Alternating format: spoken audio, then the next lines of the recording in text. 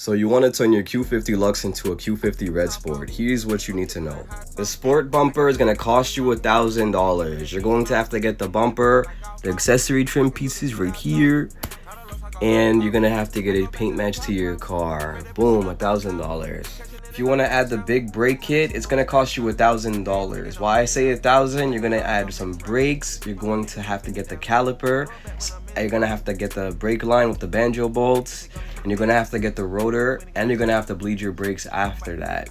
That's why I'm saying it costs $1,000. Obviously, if you get it from a junk car, it's going to cost way less, but if you do it the right way, it's going to cost that price.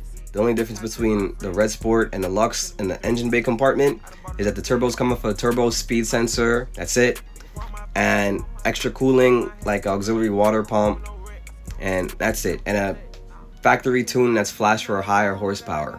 That's it. Putting Red Sport turbos on your car is a waste of money. You gotta take out the whole engine to take out the turbos, and you gotta program your ECU to a Red Sport flash, and you gotta make sure you add all those extra Red Sport components. It's not worth it. Just upgrade your turbos at that point.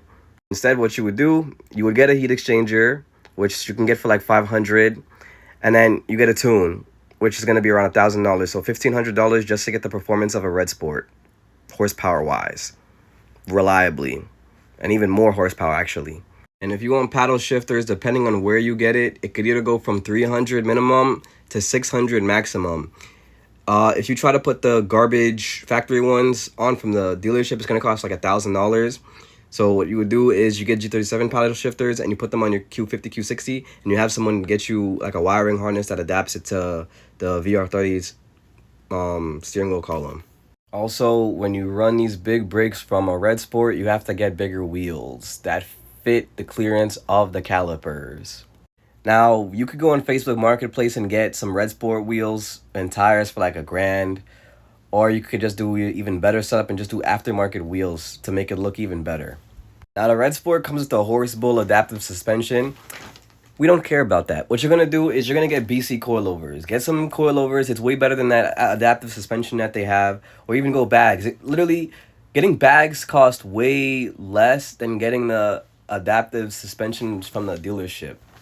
Now, I'm not going to go any further about talking about the interior piece stitching because that's kind of boring. You could just find that on eBay. It's going to cost a lot of freaking bread to the point where it's not even worth it. You could get this whole stuff reupholstered for way less. But it's whatever you want to do. If you really want to spend all that bread to make your car like completely inside and outside like a Red Sport, it's a waste of time and your money. Just change the bumper, heat exchanger, tune. And if you want to go a little bit even further, upgrade your wheels, upgrade your brakes, and coilovers, boom, you have a way better car than a freaking Red Sport.